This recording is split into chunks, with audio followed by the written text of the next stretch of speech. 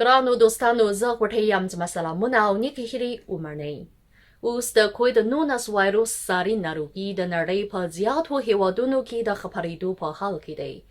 چین په خپل هیواد کې د دغه وایروس پر وړاندې د مبارزې ترڅنګ له نورو هیوادونو سره د مرستو او همکاریو لپاره هم کوشش کوي. په دې حال کې زیات طبي مواد د مستقیمو الوتنو له لارې د چین د شینجیانګ له اورموچي څخه د افغانستان پلازمینې کابل ته لیږل شوي دي.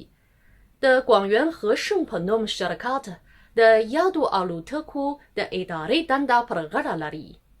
ما په دې برخه کې د دغه شرکت له اړوند مسؤل سره یوه ویډیویي مرکه وکړه. اوس تاسو یې لیدلو ته رابلم.伊丽凡你好，非常感谢您接受我们的采访。那么首先请您介绍一下，贵公司是从什么时候开始运营对阿富汗的直航运输？目前为止运输的情况是什么样的？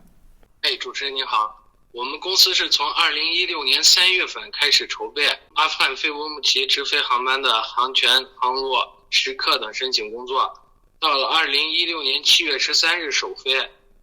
到目前为止，在两国政府的大力支持下，我们已经保障了往返航班160余次，然后保障人数是21000余人次。今年以来啊，新冠疫情是在多国都有爆发的情况。那么这个疫情对于中国和阿富汗之间的这个直航运输是不是也产生了影响？那么目前两国之间就是在疫情发生之后，我们的直航运输情况是什么样的呢？现在新冠肺炎疫情已经成了全球性的危机。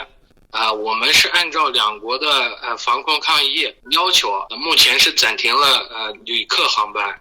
我们是4月1日飞了一趟那个政府援助物资，然后是4月22日飞了一班。目前就是基本上就是保障物资的这个援助物资的运输啊。是的。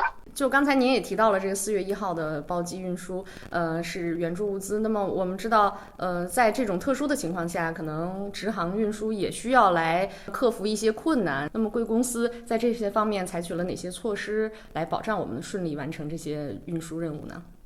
我们是3月底得到政府的要求，说要往阿喀布尔捐助一批抗疫物资，然后我们一收到消息之后。就开始申请这个时刻、航权、航落，临时增加了一班货包机。在这个过程中，我们为了保障政府物资，首先是要求是我们现场要派去专人去交接这个物资，然后办理相关的入库、报关等手续。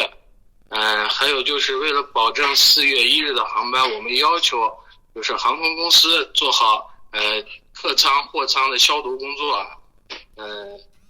我们在这个保障这个航班的过程中遇到的最大的困难，就是因为我们是客改货的航班，就是我们到时候政府的援助物资，我们就是牵扯到放在我们的客舱里面。客舱里面就是我们乌鲁木齐机场的地勤人员会到我们客舱里面就是装载货物。